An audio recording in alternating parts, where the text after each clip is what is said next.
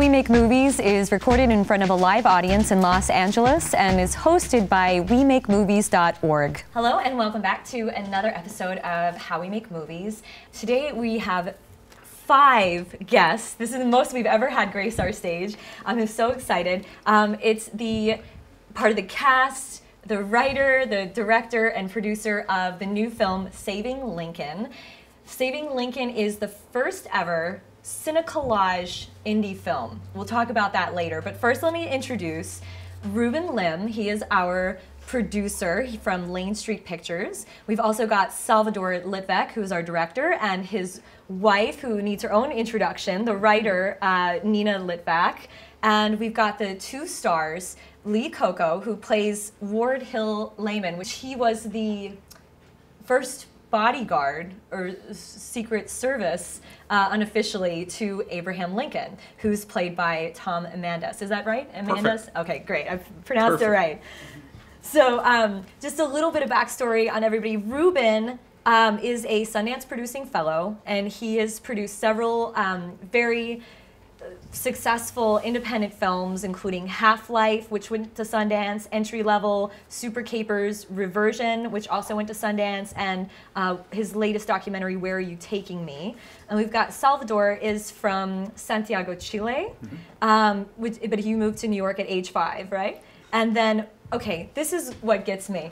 When did you have time to go? You went to Harvard, NYU Law, UCLA School of Film, Theater, and TV. When did you have time to go to all these schools and still have like a very impressive resume? His wife, who is a very talented screenwriter, she's worked in development at Disney and several other studios, and together you guys have written another film, which, what was the name of that? When Do We Eat? When Do We Eat? And we've got Lee and Tom here, who are from Chicago, the land of Lincoln, and you know, played our lead roles. So tell me, who wants to talk first? Tell me a little bit about the film. What is the film about? Maybe you guys would be best to ask that. Sure. Salvador. Yeah. Okay. So Saving Lincoln is the story of Abraham Lincoln and his closest friend and bodyguard, Ward Hill Layman. Layman was the only friend that Lincoln brought with him from Illinois when he went to Washington. Position unspecified, he just wanted to have him around. They were law partners in Illinois, but really they were buddies. I mean, Layman was a very entertaining guy. Lincoln is a person who really could not go 5 minutes without telling a joke. Are we being censored? Technology. But Lincoln really loved to laugh, and Layman made him laugh. So they're really just guys who enjoyed each other's company. You know, back then there was no TV or radio. If you wanted music, you needed a musical person near you, and Layman sung and played banjo. I sing and play banjo. Do you sing and play banjo? In the movie. In the movie you do. He does. He does. He plays the banjo in the movie. We'll have to get together sometime. He plays down how good he is. Oh, really? Because he's not. And you have the humor of Abe Lincoln. Great casting. But they used to ride the circuit together in Illinois. Back then, you know, that was the Wild West when they first met, 1840s Illinois. Yeah. And you know, there was no courthouse. Court was the lawyers and the judge would come to your town and they would hang out at the tavern, tell stories all night, hear a few cases the next day, and then move on down the road to the next town. That sounds like the best job ever. If you don't mind if I just jump in for a No, I second? do. I want you to jump in because was it your idea I was the to one write this film? that all my life really have wanted to make a movie about Lincoln. I love Lincoln. I feel like everybody loves Lincoln. Nobody really knows just how great he was or why. Where did your inspiration come from? You know, well, 2 things. When I was a kid, first of all, my parents, for some reason, had a book called Abraham Lincoln's Jokes. And it was jokes that Lincoln told, jokes told about Lincoln. And I was really struck, first of all, some of them were really legitimately funny jokes, which for 150-year-old jokes is unusual. And they were very, you know, self-effacing. Like, for instance, in one debate he said, "My opponent calls me two-faced. If I had 2 faces, is this the one I'd be wearing?" And he just came up with that, you know. So things like that, I feel like this guy needs a movie about him. And Lamon, these two are like the odd couple. First of all, Lamon was a Southerner. So Lamon was Lincoln's best friend and closest companion during the Civil War. His wife he was a Southerner too, right, though? His wife was a Southerner too, and that was actually Lamon and Mary had a friendship because of that. Anyway, Lincoln was super intellectual, super brilliant. Lamon was the big, funny, kind of goofy, joke-telling, banjo-playing Southerner who wound up keeping Lincoln alive for 4 years, long enough to win the war. Good casting. He's actually from the South originally. Oh, really? What part of the South? Louisiana. Ah, and then when did you move to Illinois? I went to college in Pittsburgh. I grew up in Louisiana, Mississippi, and then went to college in Pittsburgh, moved to Chicago in about 2003. Was there until a couple of years ago. Awesome. Yeah. Well, enough talking about the film. Do you guys want to see the trailer? Yeah. Let's watch the trailer. Lord knows I valued Mr. Lincoln's life more than my own. But keeping him alive these past 4 years was nigh on impossible. No president has ever stood in the field of battle. Lieutenant, remove Marshal Lamon from the fort. This is your evidence for the claim I need no guards? Killers are coming, Mr. President. It is the enemy's only hope. There exists an organized plot to assassinate me. You went to the theater unattended. I will be spared until my purpose is accomplished. Mr. President, win or lose, we keep hitting. You have lost your own people, sir. 3 years of slaughter and no end in sight. That we here highly resolve that these dead shall not have died in vain. I could not mourn my own brothers, lest the papers call me a traitor. The lack of any success exasperates Europe. They speak again of interceding. If that happens, all is lost. Jill, I need a victory. Something to show that the ship of state is not in fact rudderless. The Lord heard our cries, Mr. President. The cries of my people. And he remembered us. And he sent you to deliver us. The President of the United States! 1, 2, 3, 4, 5, 6, 7, 8, 9, 10.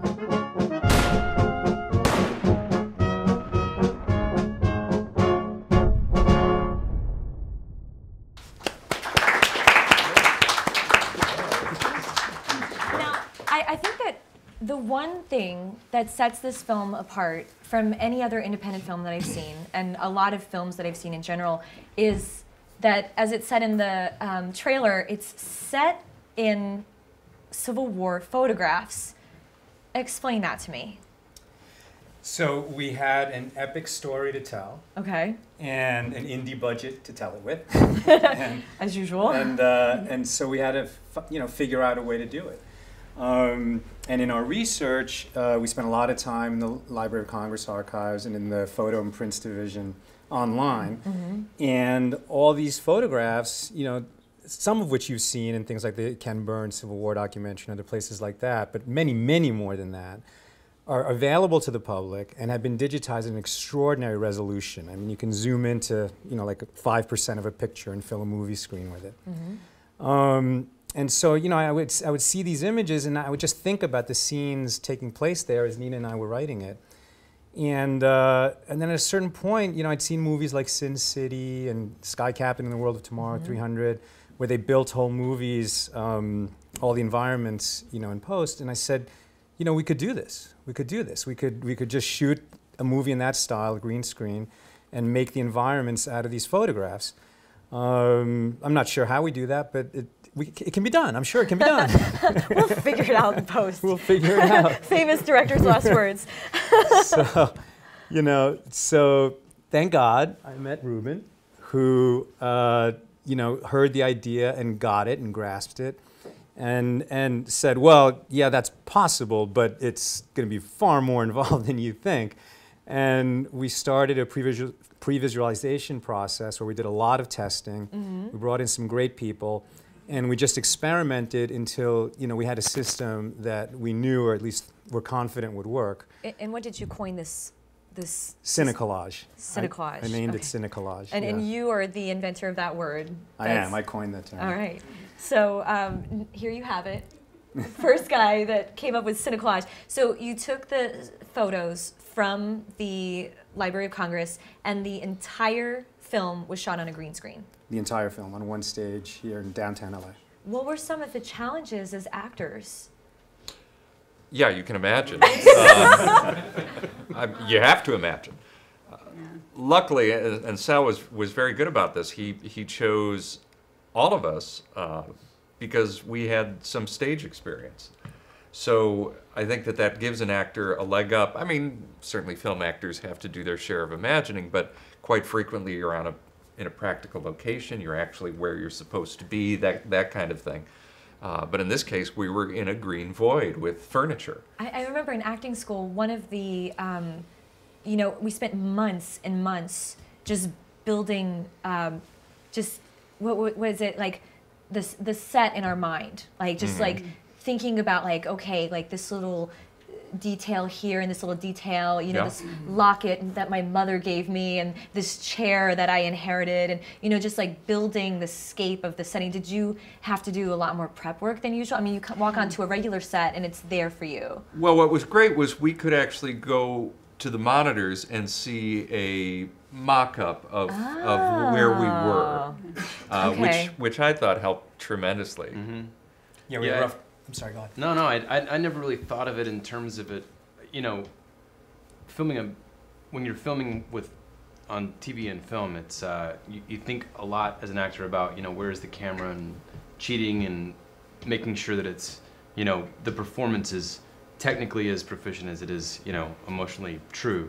And with this, I just kind of thought of it as a theater performance. I didn't really think that hard about technically, like I'm on a film set, so I need to like be aware of where the camera is and all this stuff, because a lot of the shots were wide, right? If I'm remembering correctly, and so yeah, that was I drew a lot on the theater experience. I just treated it like it was a stage, like black box theater. Totally. And we would green box. And we would shoot scenes in their entirety. There were very few times where we would, get just part of a scene and then shift cameras around to get another part of the scene. I mean, right, the coverage was just doing the scene over and over again. Awesome. But did you feel like it forced you to really have to deepen your relationships? Absolutely, yeah. I mean, you mean to Tom? Yeah, to the other characters as well. Like, did you have to do a lot of more outside work to really like know that you were bringing something real to it, since you didn't have so much else to draw from?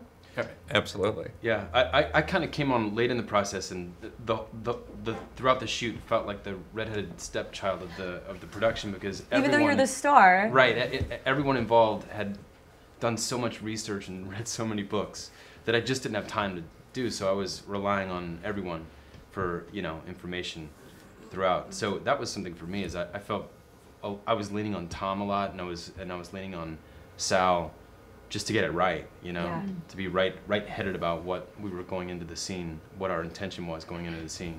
Tom, do you want to talk about some of the research that you did and some of the wisdom that you shared with him?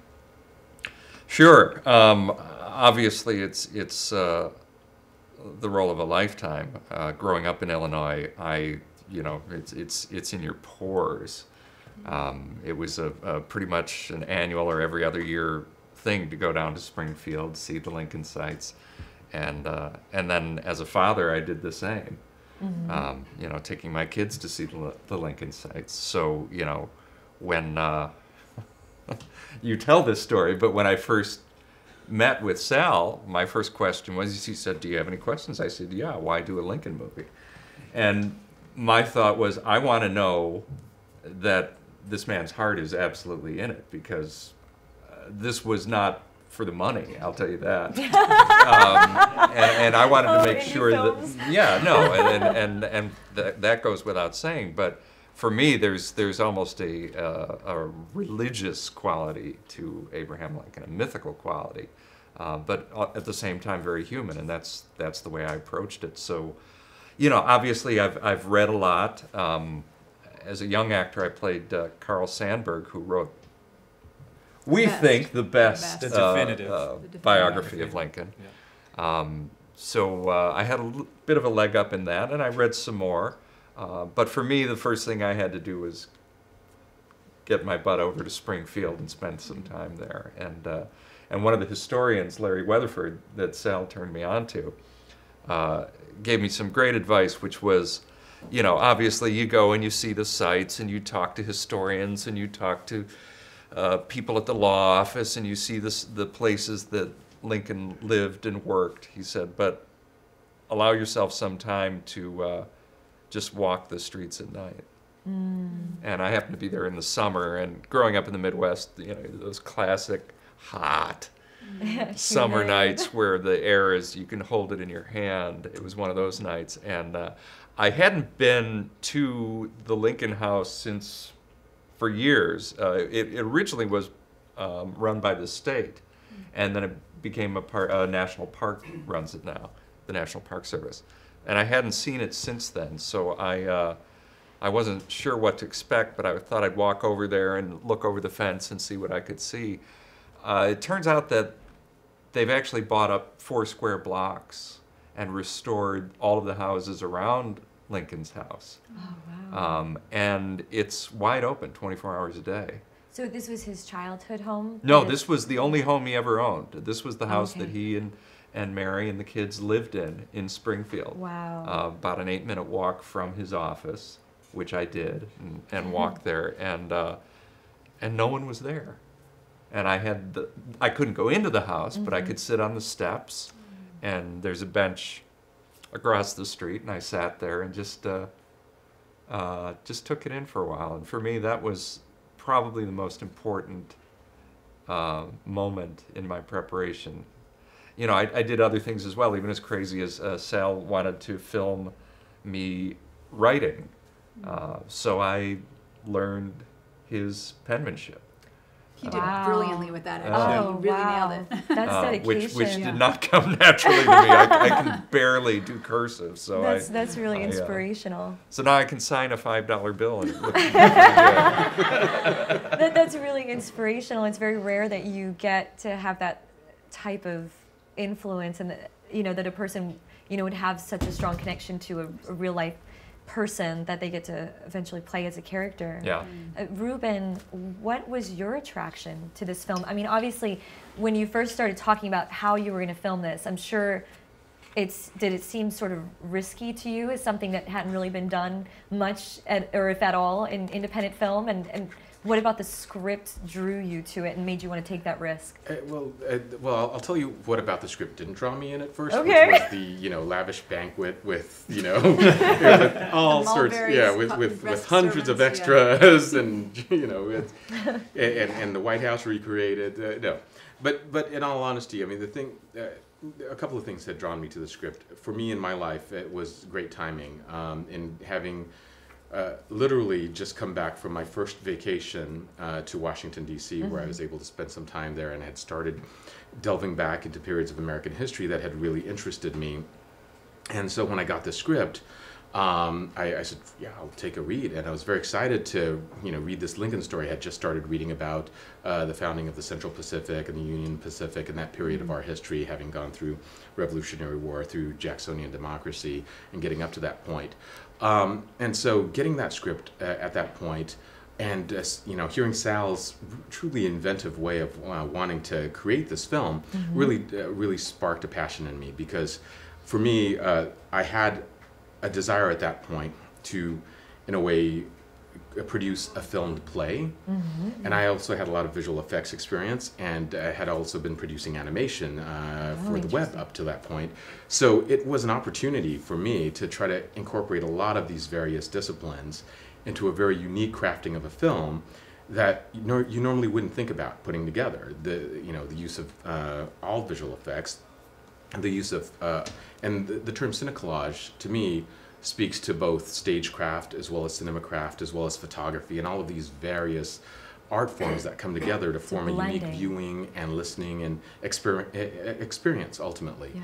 So that, you know, the ability to do that in a film and work with actors who had deep theater roots really was meaningful, and that's really the thing that, you know, sparked. And then of course the quality of the writing. It's seldom that you get a script that, to me, reads almost like Shakespeare.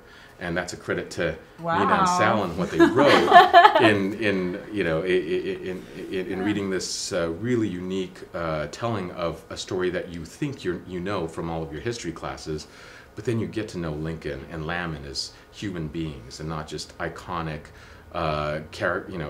iconic characters from the past. I mean, these are human beings that connect you to what it meant to be, what it meant to have the weight of this of the country, of the world in essence, on your shoulders. What it meant to travel this journey that Lincoln travels in this film, which Nina and Sal captured so brilliantly in the story that they wanted to tell.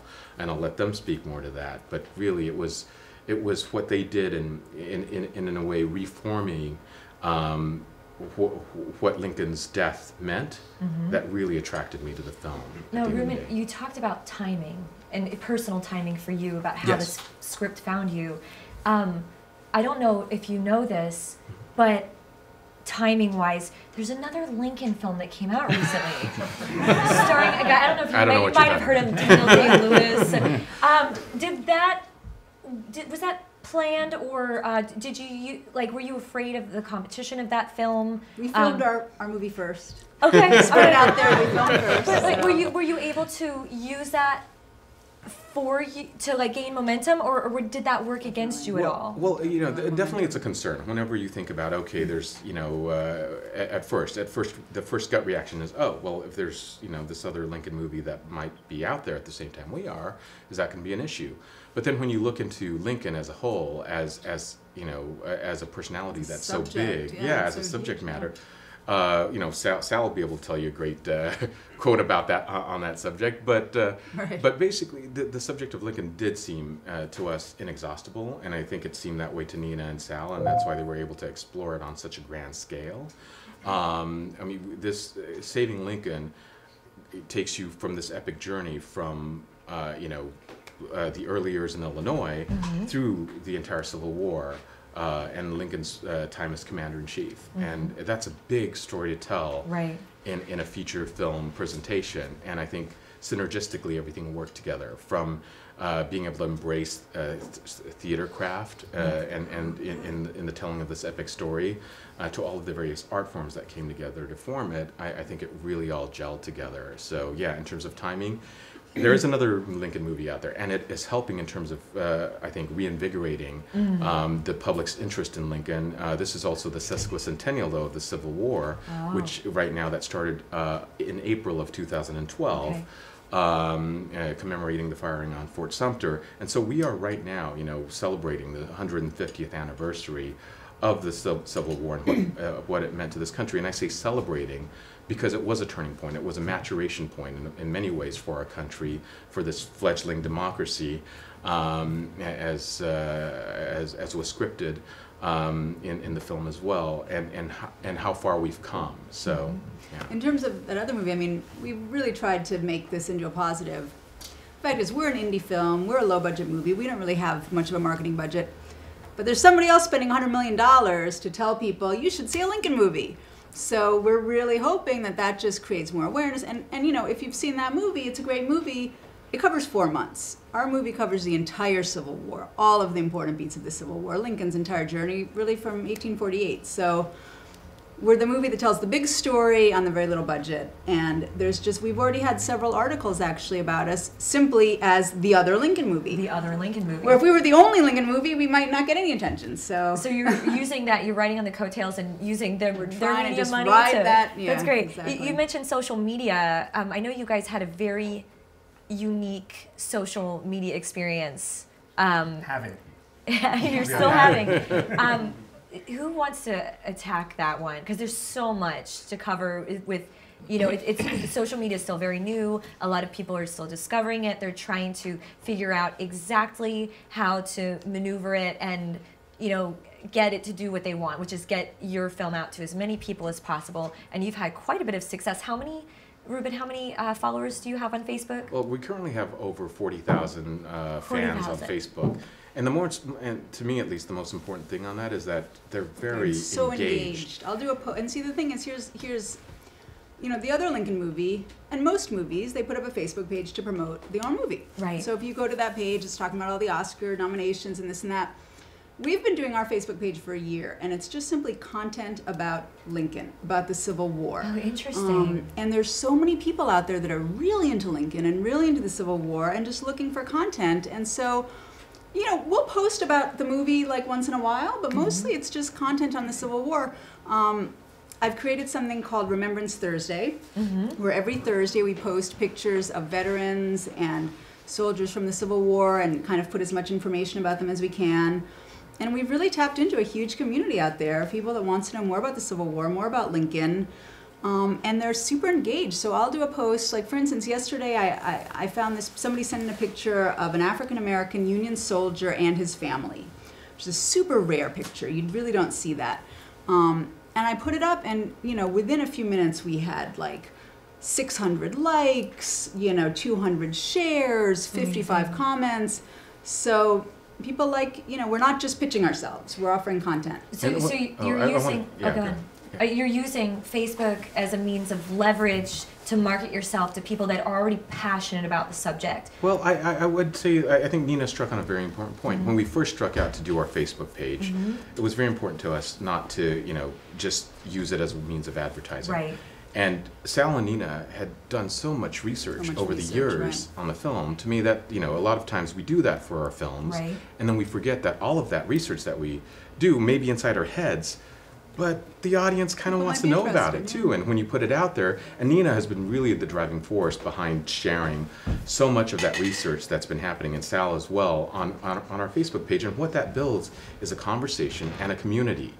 And it creates all these levels too, where we'll put up a post, someone might respond to it, someone might send us an image they want put up, and each of these things generate more and more conversation. Sometimes you look at one of these posts that might generate thousands of likes and shares, and then you look at the comment threads on them.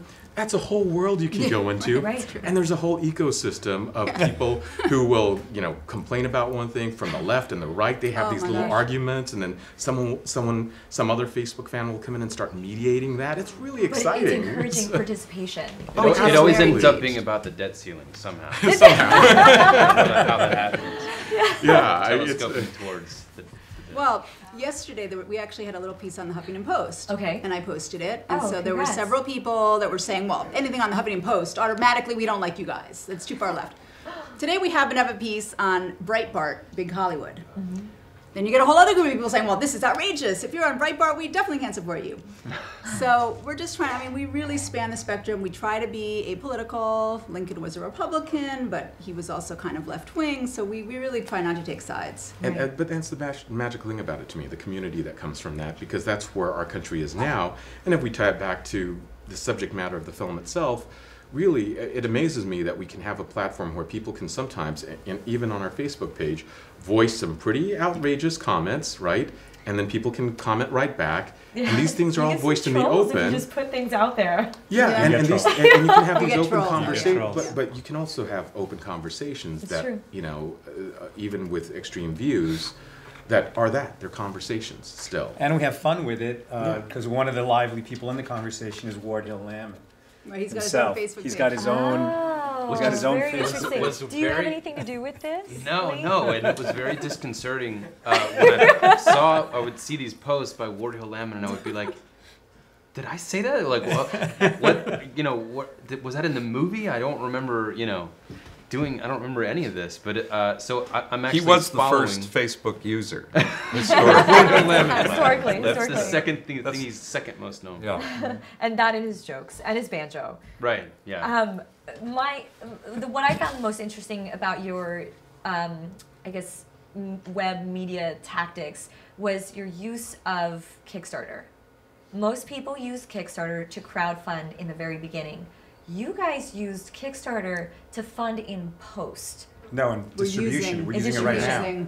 Right now. So you still have the right Kickstarter? now. Right now. We're on Kickstarter 12 days right left. now. Only 12 days left. So you can get on for as little as $1, and then you can be part of the story. For $15, you can be the first to see the movie, among the first to see the movie. For $30, you get a date with Sal. I am a cheap about that, But what sparked you to crowdfund in post, though? I mean, after the film's already been made, like, you don't need money to make the film. It's already been made.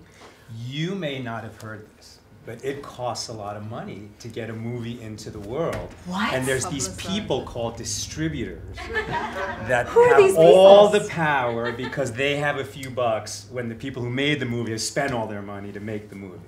I hear this story over and over again. Exactly. This was a quote by Tiffany Shlain that she said, most filmmakers forget that they spend all their money, all their resources, all their energy on pre-production and getting the film made, and they have nothing left over. You should save half of your money and resources and energy for post and for marketing. Yeah. And that's the biggest mistake most filmmakers make.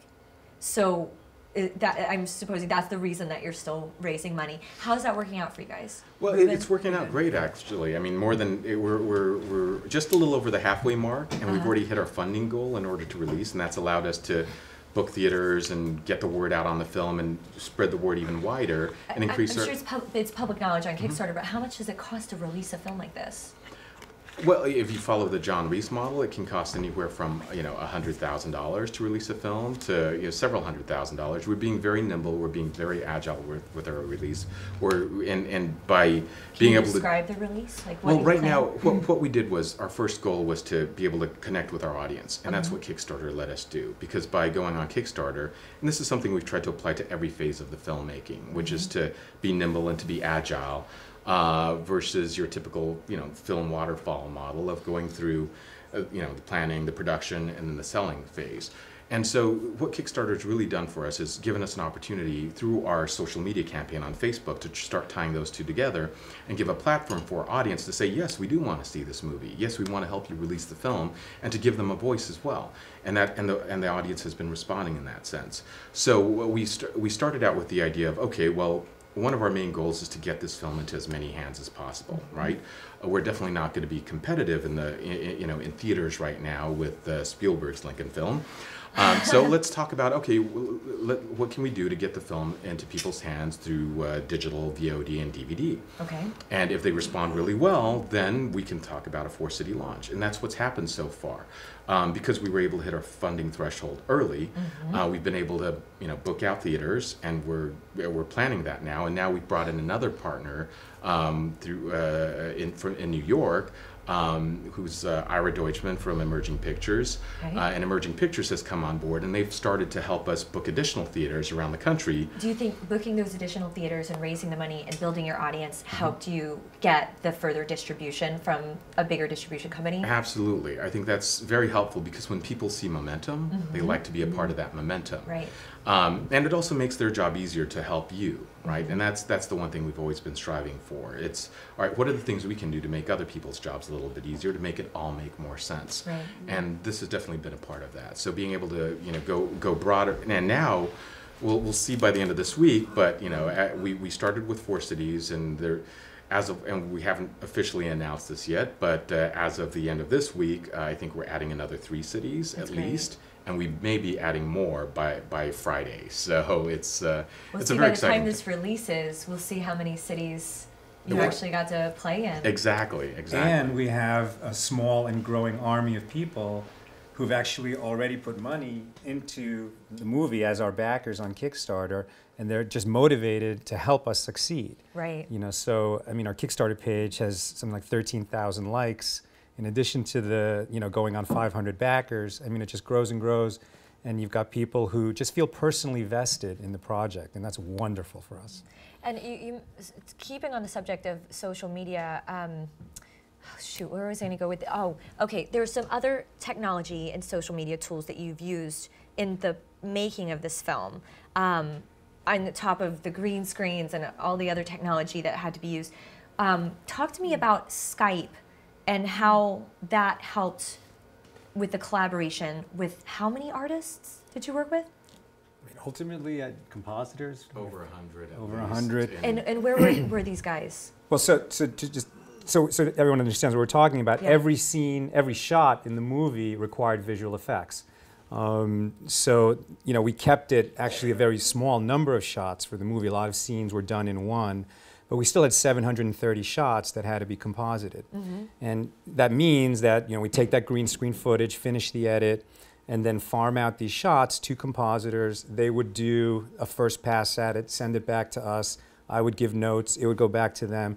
And we do anywhere from 5 to 20 drafts on each shot of the 730 shots. I don't even want to think about how much work that was. So we had to create a workflow where this was going to be possible. And a lot of our compositors were not in LA. In fact, very few were in LA. And a lot of this post-production took place in Sal's house, so we couldn't fit all these people really, you know, over in Sal's 100 house. people. Yeah, So. Quite a few though. So who's in charge with communicating with all these people on a daily basis? I know what my inbox looks like on a daily basis. You have that many people sending you footage. We had an amazing visual effects producer, Christian Hansen, and he's a filmmaker who's based in Louisiana, who I knew from the first film that I produced, Half-Life. And so I've known Christian for a while, brought him onto this, and he was really one of the core anchors in being able to coordinate all of these artists and help keep everyone moving forward on a daily basis, because we did have artists working for us in San Francisco at any given time, between 20 to 80 artists from the Academy of Art University. We had artists from for free. we don't like to think of it that way, because the Academy of Art University is a program that I was introduced to when I was producing Half-Life. And it's a quick funny story. I'd received a resume as a locations manager. I was looking for a locations manager, and the woman who applied for that job wasn't completely qualified for, she had no locations management experience, but she had been at ILM for 10 years as a lead compositor, had worked on all the huge movies, and I was looking for a visual effects supervisor. So it's not so bad if you tell the truth on your resume then. Oh, it was great, because if she had lied on her resume, she wouldn't have gotten the job. And this was Catherine Tate, who came on as our visual effects supervisor for Half-Life, and then was then brought into the Academy of Art as a compositing instructor, and realized that all these students come out of school without an actual portfolio, and it's very difficult for them to get a job. And then they go into a visual effects house where they might not get their actual name on a film in a credit for years, because these visual effects houses have hundreds, if not thousands, of compositors, and there's only so much space in the credits of a film.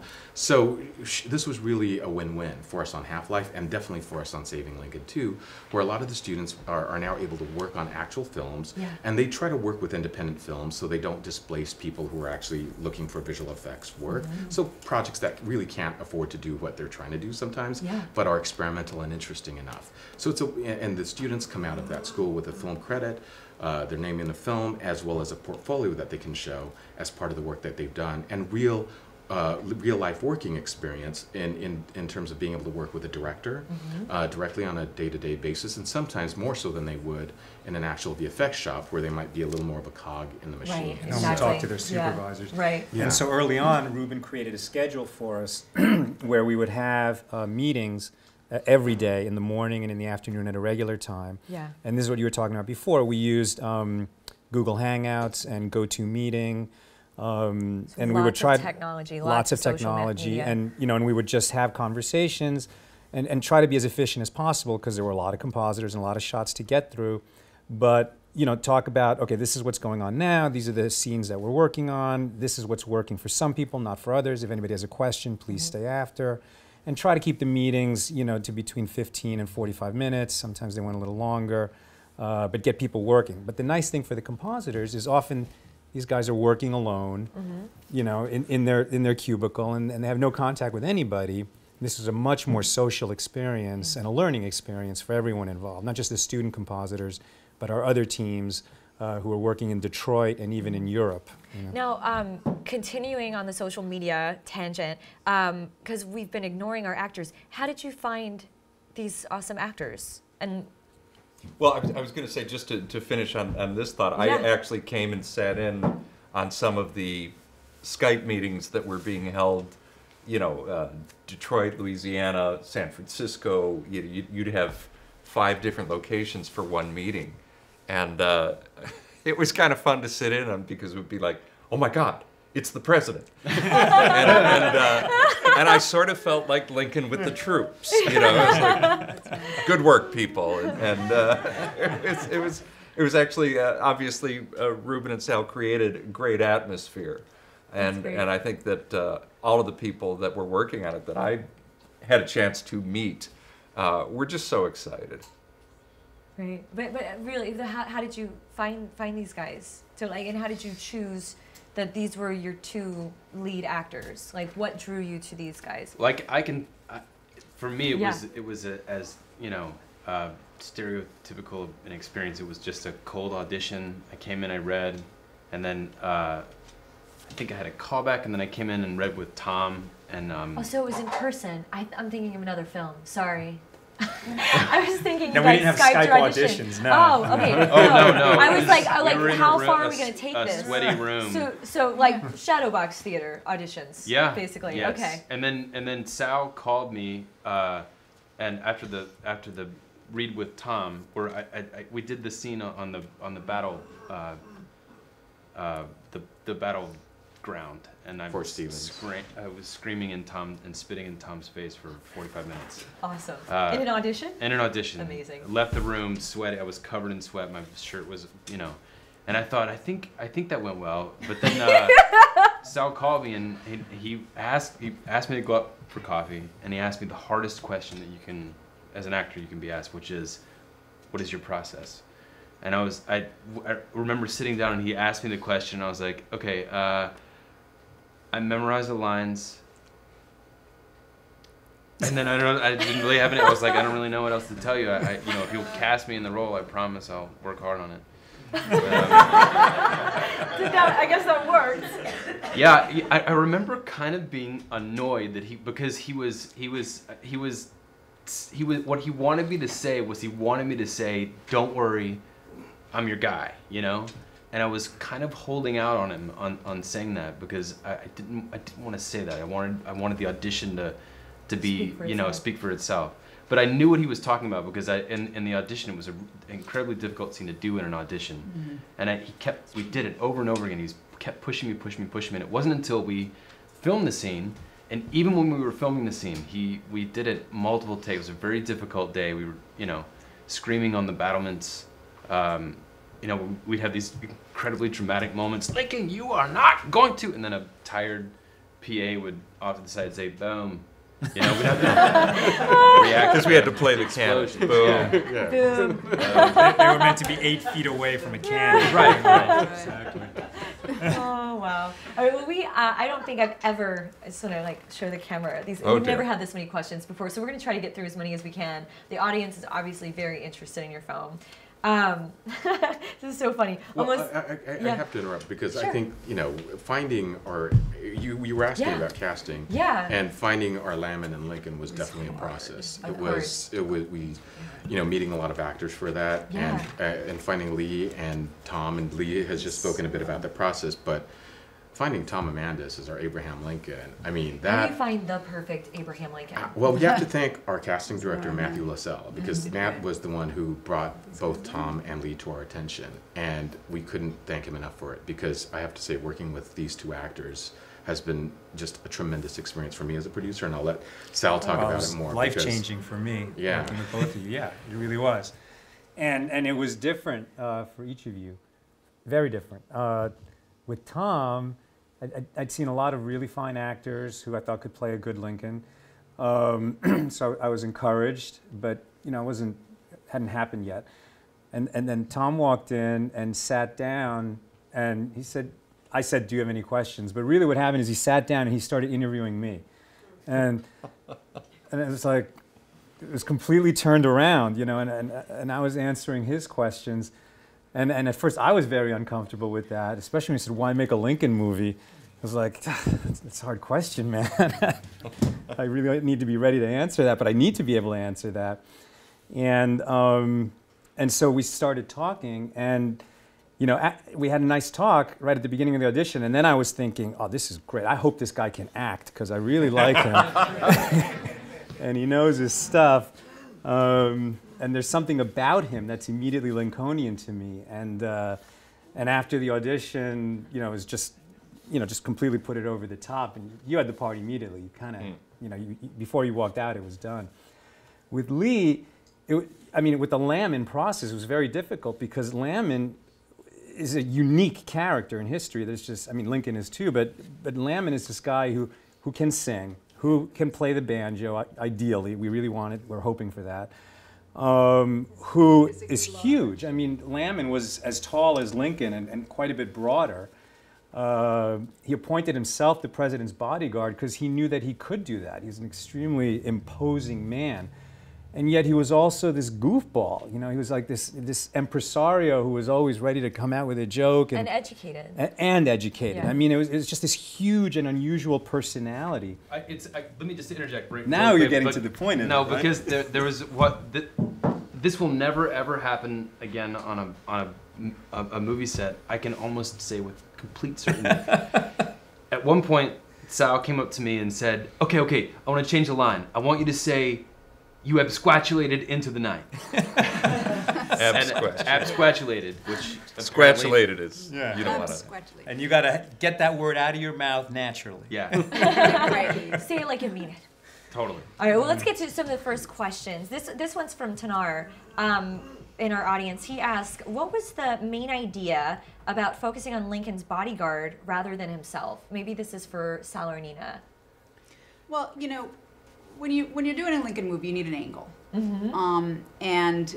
There's just such an enormity of different ways you can go. And what interested us was the Lincoln that people haven't seen. Not Lincoln the politician, not Lincoln the leader necessarily, but Lincoln as his friends knew him. And as we did research, we realized there's this guy who's just been forgotten by history, and he was right on the spot. He was Lincoln's best friend. He kept the man alive for 4 years at great cost to his own health and safety. And he's just kind of been forgotten by history. It just seemed like a natural, this is a great angle to show us the Lincoln that you don't usually see. Right, but it's not that it's about Ward Hill Lamon. That's right. It's if anything, it's a buddy story, but it's more about Lincoln. It's Lincoln as viewed through Lamon's eyes. Right. Lamon's not saving the country. Lamon is saving Lincoln. Right. And as Lincoln is saving the country. A codependent relationship, if you will. This one's for Nina too. This was from Frank, another member of our audience. He asked, "What's your writing process for screenwriting? Day to day, do you wake up and do it, or you go off into the woods, isolated for a month, and do it, or what is your process? And how do you find that?" Well, we write together. Our process, generally, we talk a lot when we're working out the story and the characters.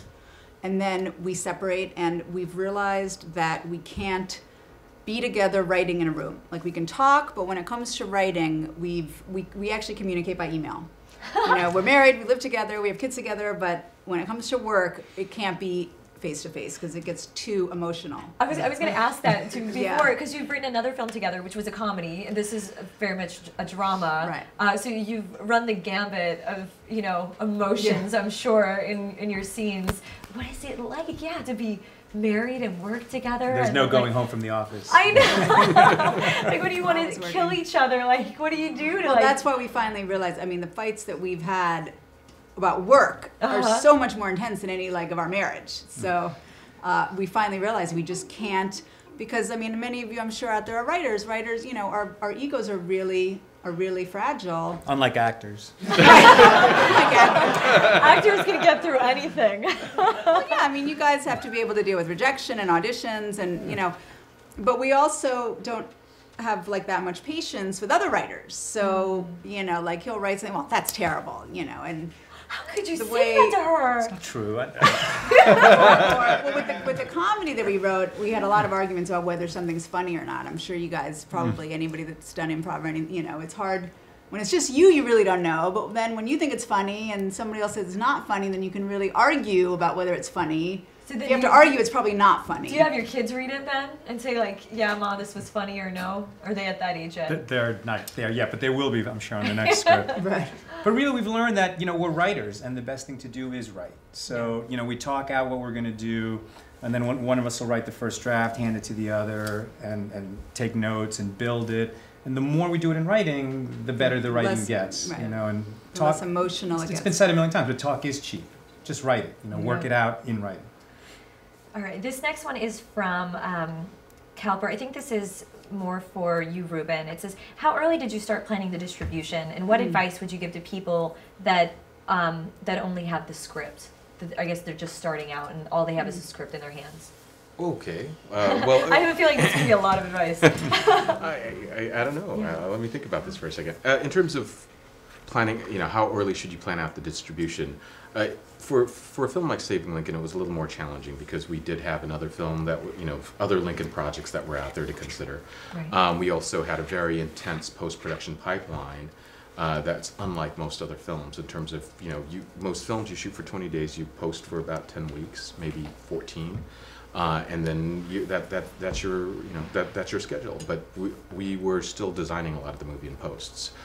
So for us, part of that was the audience engagement that started while we were in production, trying to catalog and save all of the ideas and thoughts we had while we were in pre-visualization, and most films don't have that sort of phase either, that pre-visualization phase.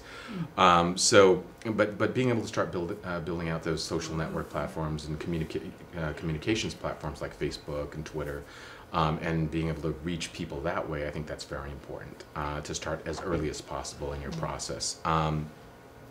So to answer the question more directly then, in terms of when you should start thinking about distribution, absolutely, at the script stage or even at the concept stage, I personally feel is very important.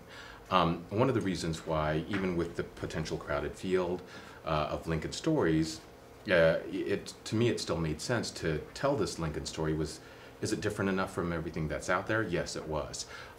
Is there enough of an audience for this to be able to connect with people on? Yes, there is. Those are all factors that came into my mind in looking at, okay, well, does it make sense to make this movie right here and right now, outside of the personal passions for the quality of the material and for the quality of the people you could work with? Thinking of the audience first and how they would come into the story was absolutely important.